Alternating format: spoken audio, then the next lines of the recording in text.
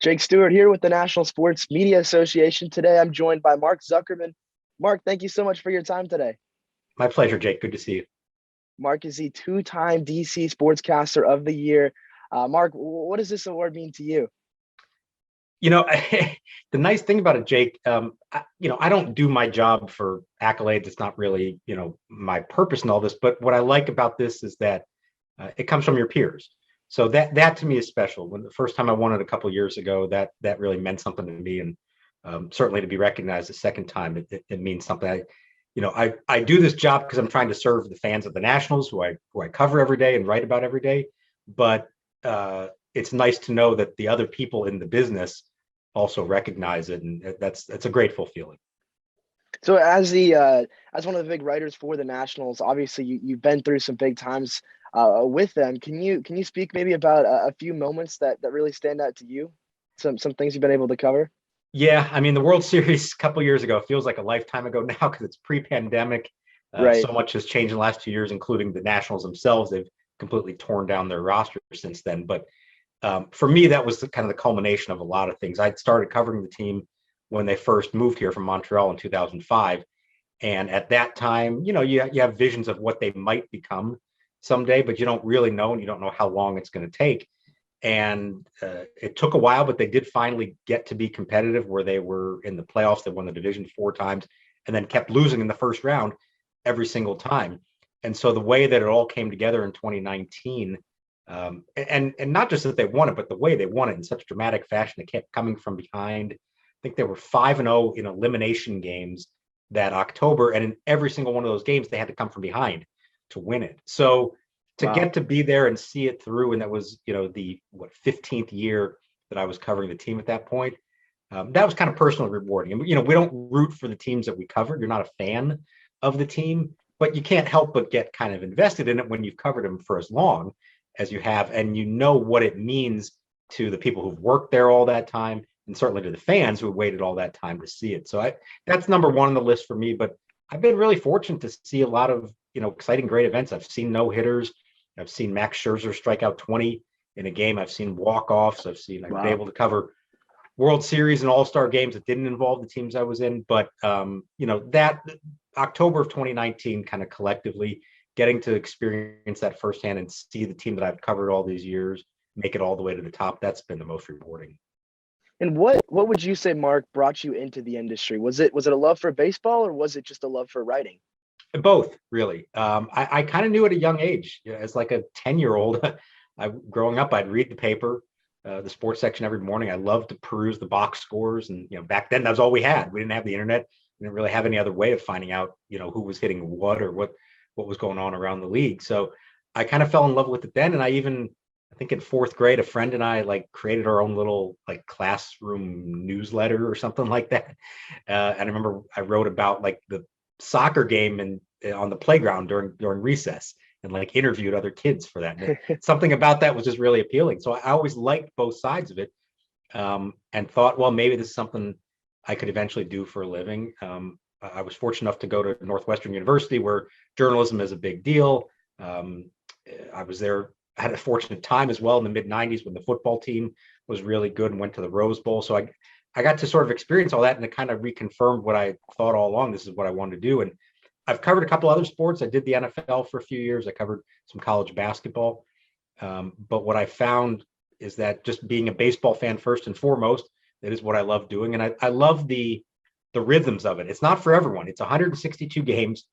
They're long days. You're not just showing up for the game. You're there 3-4 hours before the game. You're there 2 hours after the game. It's a lot of travel, or at least pre-pandemic was a lot of travel.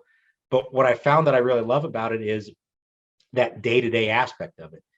Some writers love working on the big pieces and spending weeks on something. Some writers love covering the off season, the off the field stuff. I really still love covering the games themselves and what's taking place on the field. And what I love about it is that you've got that one night to watch whatever's happening, write something up as fast as you can about that game. And whether it was good or bad, no matter how you felt about it, you can't worry about that because you got to move on the next day, because there's going to be another game to cover the next day. So again, it's not for everyone, and I get that.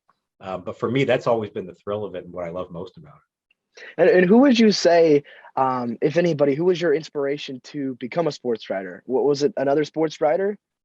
Wow. I don't know that there was one specific one. So I grew up in Phoenix, Arizona. I read the Arizona Republic every day, and I felt like I knew all those names, those writers, guys like David Castevens, Bob Cohn, Steve Schoenfeld, Lee Chappell, Bob Young. These are names that maybe some folks in Arizona will know, others maybe not as much. But I felt like I knew them, and I was lucky enough to get an internship there right after I graduated college, and now got to meet them all and actually work alongside them, and it Right. sort of confirmed what I had suspected all along, that these were, really good writers and good reporters and good people who showed me the ropes and helped get me through that, and then ultimately set up some contacts down the road that helped lead to some other jobs. And again, it's funny, like in today's world, you can get online and read any writer you want in the world at any time.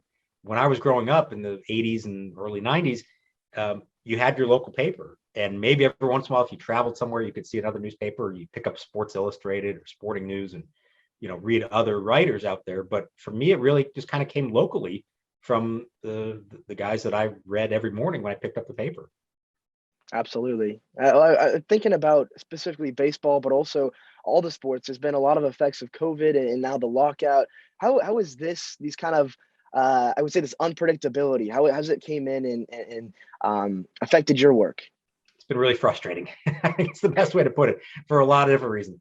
Obviously, 2020 was a mess.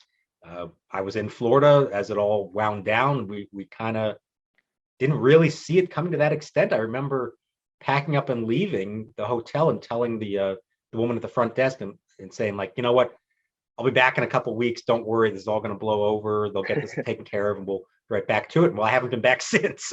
So it's strange to think about just how much it upended everything. And then you have a 4-month period where there is literally nothing happening, and I'm still having to come up with material to write all the time. And so that was a challenge, coming up with ideas. It was also fun because it made you think in different ways than you had in the past, come up with some ideas of things that I never would have even tried to write, in the past. So it was that. And then once the game started up again, now it's a completely different mechanism and format for how we do this.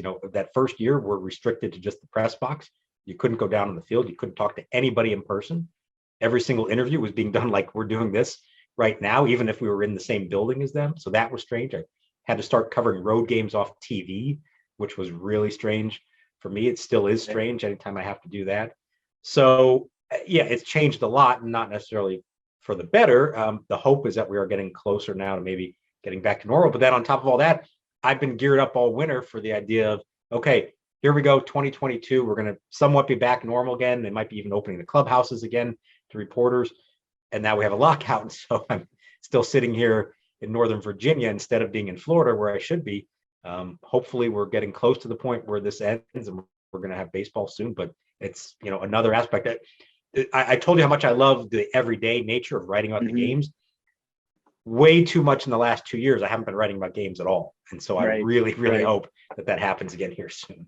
I'm sure it makes you appreciate just being at the ballpark a little bit more after all these breaks. And that first game back with fans, opening day of 2021, and it was only 5,000 fans, so it wasn't a full house at all. Right.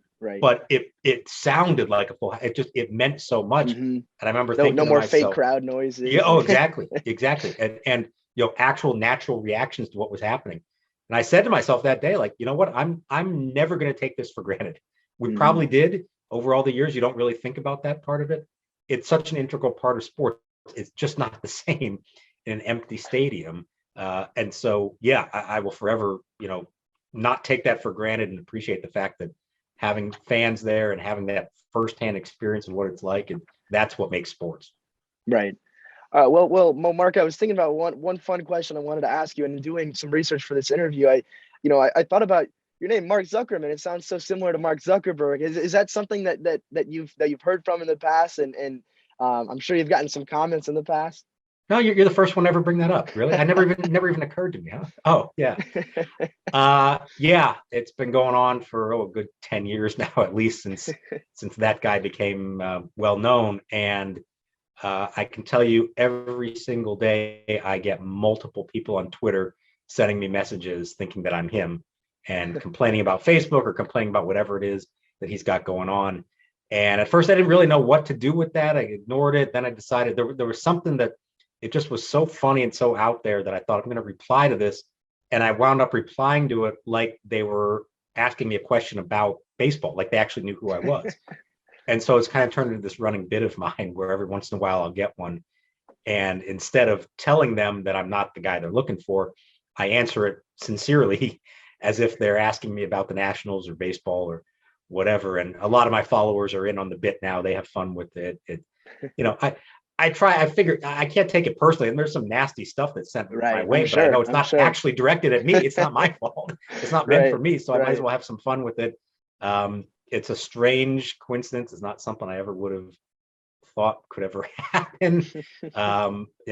Fortunately, it hasn't completely ruined my life, but anytime I say my name to someone, there is at least that little bit of a, wait, what'd you say? Oh, okay. Oh, it sounds like that other guy. Yeah. Well, the last question I wanted to ask you today, Mark, is for younger sports writers, somebody like myself. What advice do you have for getting in, especially at kind of a time like today? Yeah, look, it's a tough time in the business. There's no question about that. But honestly, I remember being in college in the 90s and them saying to us, the future of newspapers, it's not going to be great, and journalism's going down. And yeah, obviously things have changed a lot over the years, but what hasn't changed, at least in my opinion, is that there's still a desire and a need for good quality journalism. It's just taking on different forms than it used to. So the best advice I have, and I've had to learn this myself going through the process, I always thought I was going to be a newspaper writer my whole life. Well, that didn't happen. Newspaper jobs aren't as available as they used to be. So I'm now an online writer. Well, not just online, but I do TV work. I do radio work. I co-host a podcast now. Obviously, we're on Twitter. So to me, the more well-rounded you can be, the more comfortable you can be being a journalist in all different types of medium, I think that's ultimately what's going to make you successful in this field. Nowadays, companies want people who can do it all. It's a lot of work. They don't necessarily pay more for it, even though you're doing, taking on more responsibilities. Right. But in this day and age, I think the worst thing you can do is pigeonhole yourself as you only do one thing or you only do it one certain way. You have to be able to do it in all kinds of different ways, and you have to be adaptable. If the business changes, life changes, like we just said, the last 2 years, I'm doing my job very differently than I was only 2 years ago. You have to learn how to adapt. And I think that's, the biggest advice I would give to anyone who wants to get into the business. Adaptability and versatility. Mark, thank you so much for coming on today. Two-time DC state winner. Hopefully we'll see you this summer, and congratulations on your award. Thank you so much. Absolutely.